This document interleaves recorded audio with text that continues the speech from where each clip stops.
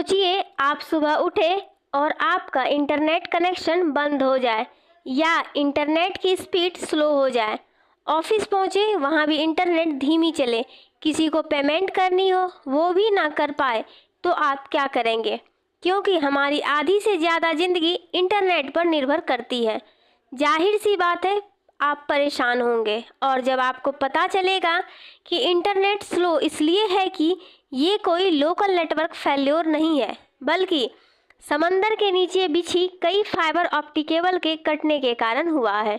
जी हाँ, सिर्फ रिचार्ज करने से ही इंटरनेट नहीं चलता, बल्कि इसके लिए समंदर के अंदर फाइबर ऑप्टिक्स का जाल बिछा हुआ है जो इंटरनेट कनेक्टिविटी प्रदान करते हैं।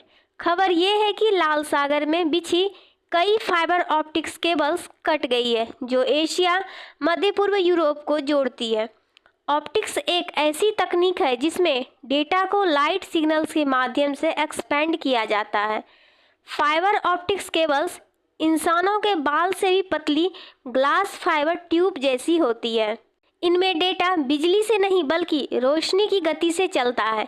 जैसे ही आप मोबाइल पर कोई वीडियो देखने के लिए प्ले दबाते हैं, सिग्नल समुद्र के नीचे हजारों किलोमीटर तक दौड़ता है और पलक झपकते ही आपके स्क्रीन पर वीडियो चलने लगता है।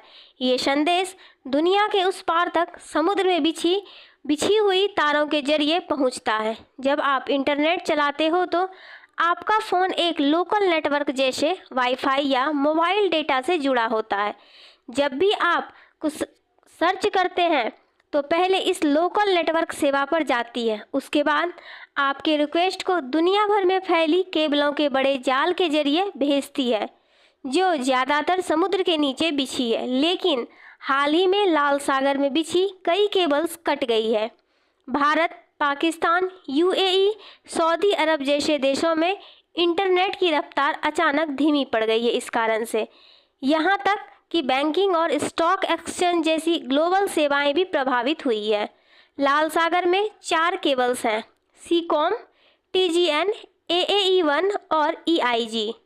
लाल सागर में फाइबर केबल्स के कटने की असली कारण अभी तक पता नहीं चला है, लेकिन ऐसा अनुमान लगाया जा रहा है कि यमन के हूती विद्रोहियों द्वारा हमला किया जा सकता है।